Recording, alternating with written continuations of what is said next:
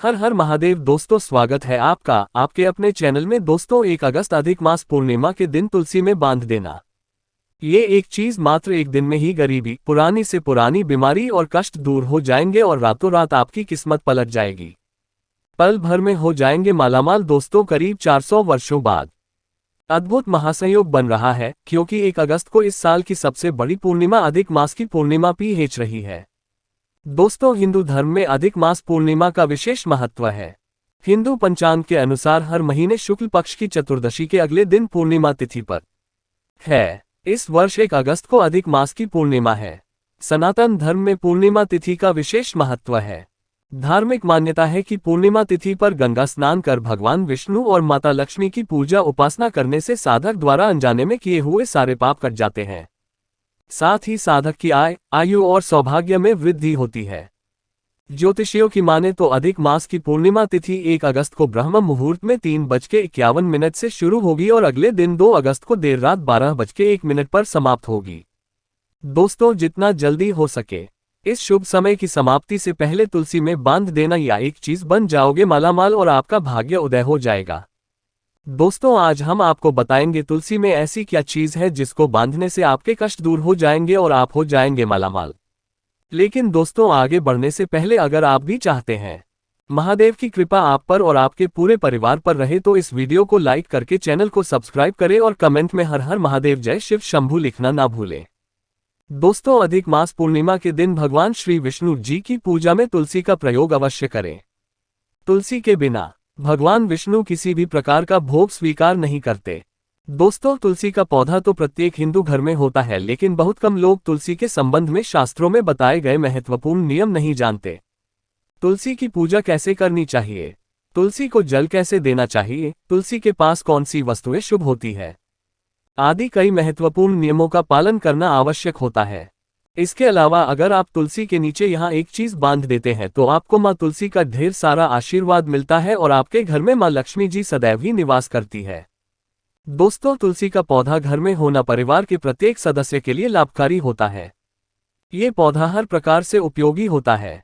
पुराण के अनुसार तुलसी में देवी लक्ष्मी जी का वास होता है और नियमित रूप से इस पौधे की पूजा करने से लाभ भी अवश्य मिलता है।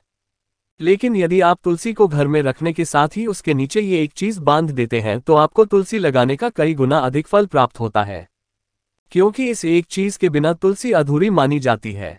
ये चीज तुलसी को संपूर्ण बनाती है। वेद पुराण में इसके बारे में विस्तार पूर्वक बताया गया है। लेकिन इसी के साथ क्या आप जानते हैं कि पूर्णिमा के दिन तुलसी की पूजा करने से भगवान श्री विष्णु और माता लक्ष्मी जी अति शीघ्र प्रसन्न हो जाते हैं और आपको आशीर्वाद मिलता है और जीवन में वो खुशियां मिल जाती है जिसके आप हकदार हैं।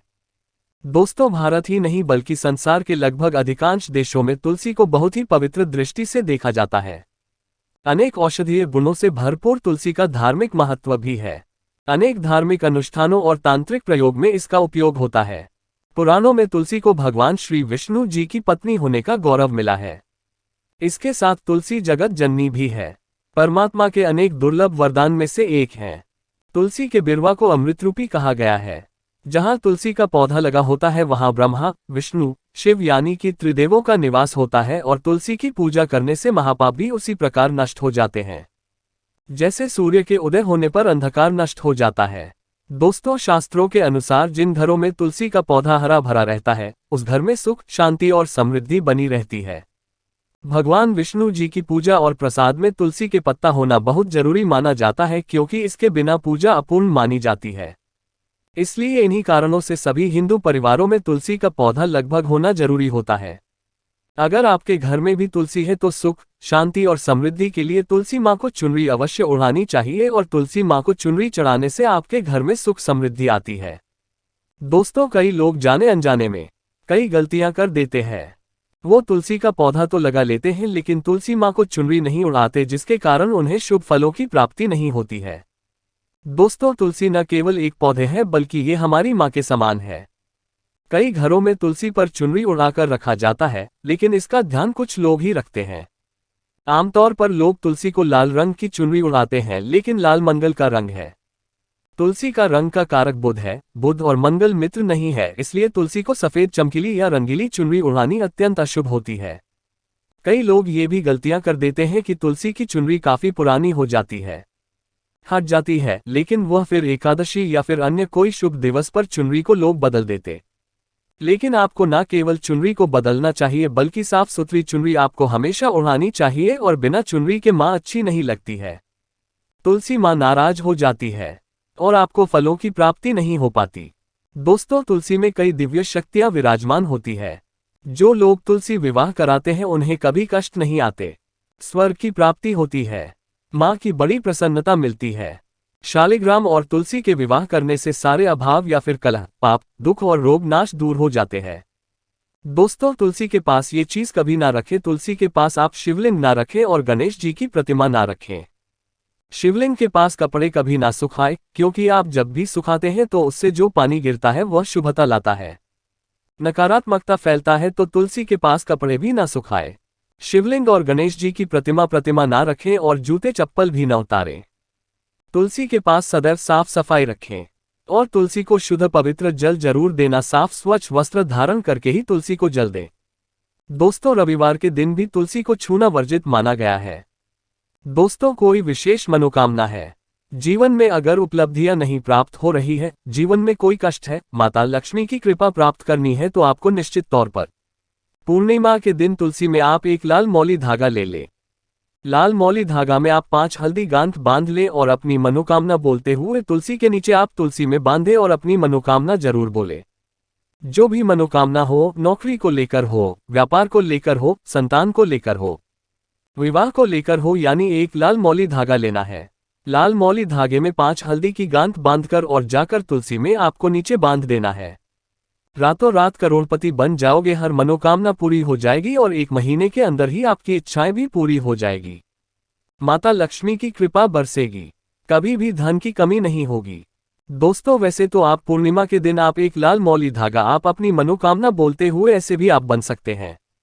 लाल मौली धागा बांधने से विशेष उपलब्धियां प्राप्त होती है, माता लक्ष्मी की कृपा बरसती है, घर से दुख, दर्द, तकलीफ और कष्टों का नाश हो जाता है।